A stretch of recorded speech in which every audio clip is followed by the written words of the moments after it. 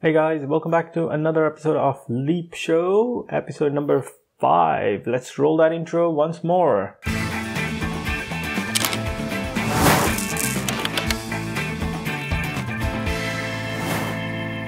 Hey guys, welcome back to another episode of the Leap Show, a show where I take you through a complete edit of one of my photos from start to finish.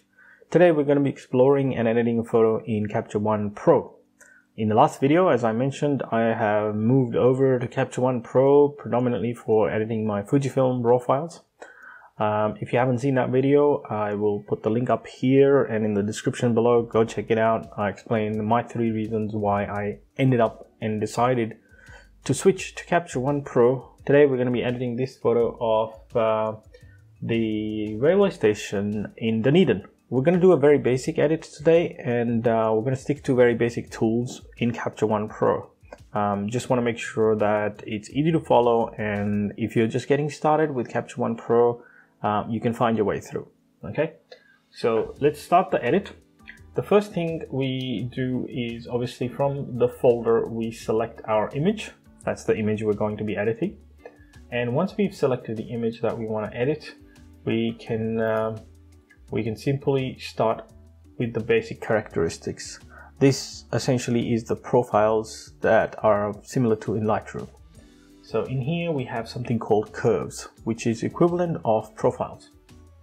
So down here I can choose a lot of different profiles, and you will see there are 4 or 5 additional profiles available in Capture One Pro as opposed to Lightroom, which is great. You've got extra shadows, which opens up the shadows. You've got high contrast. You've got film standard. Some of the common ones that you would have used in Lightroom as well. We've got Eterna here as well. And then you've got a linear response as well. And this one, I think I'm going to use the extra shadows. So let's start with that. So we don't have to open up the shadows in Capture One. It's already opened them up quite a lot. The first thing I want to do is adjust the white balance. So the white balance is again available here. Before we get started, I am in the color panel. So this is the color one. And in here, this is the way we changed the curves.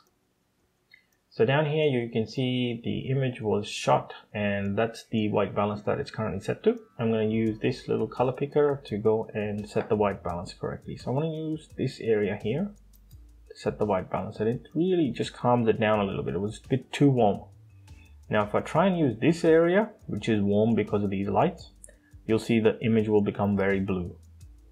And that's not nice. It doesn't look very natural, does it?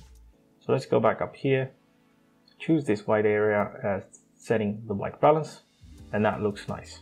So the next thing we're going to do is go up to the exposure panel, click in here, and we're going to adjust some of the exposure. We're going to increase the contrast. There we go. And we're going to pull down some of the highlights. So in Capture One Pro, the highlights basically is just a recovery. Whereas in Lightroom, you can actually go the opposite way as well. Instead of recovering, you can overexpose the highlights. But here, you're essentially just recovering, and that's what it's designed for. Same with the shadow slider, you're opening up the shadows. You are not reducing the shadows here, see? You can open up, but you can go back to 0. In Lightroom, you can go back negative as well. I have figured out how to actually go back negative in the shadows, but I'll cover that in another video, not in this one. So I don't want to put up the shadows, or maybe just a touch here. That's cool. And then we are happy with the exposure. Now I'm just going to introduce something else today, which is I'm going to add a layer. Now this layer, I'm going to add a gradient mask. So this is like our linear gradients, or the graduated filter in Lightroom. I'm going to hold the shift key again and draw that mask. You can see that mask coming up here. And as you see, the image is a little bit crooked as well, right? It's not completely level, so we need to adjust that.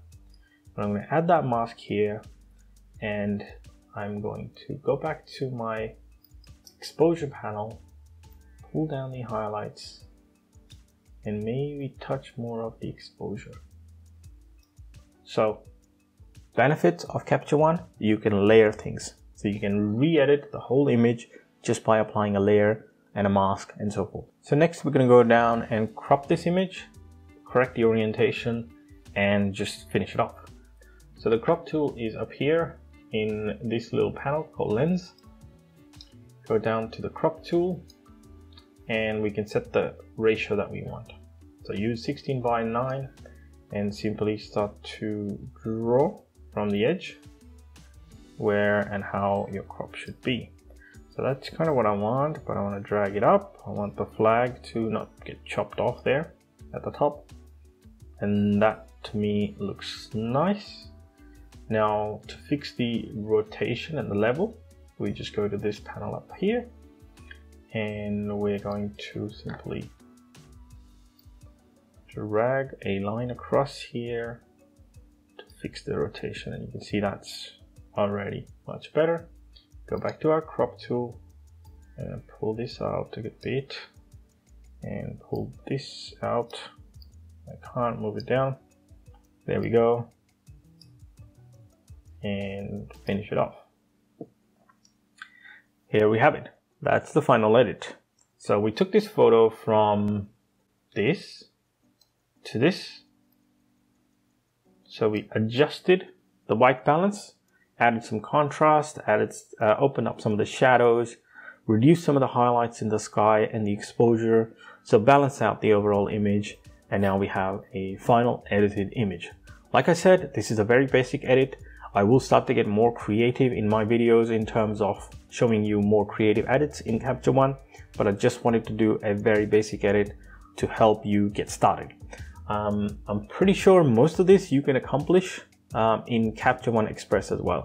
So depending on what you're using, you should be able to do exactly this in Capture One Express and Capture One Pro. So thanks again for watching this video, guys. I'll see you soon back here with another episode of The Leap Show next week. Take care. Bye-bye.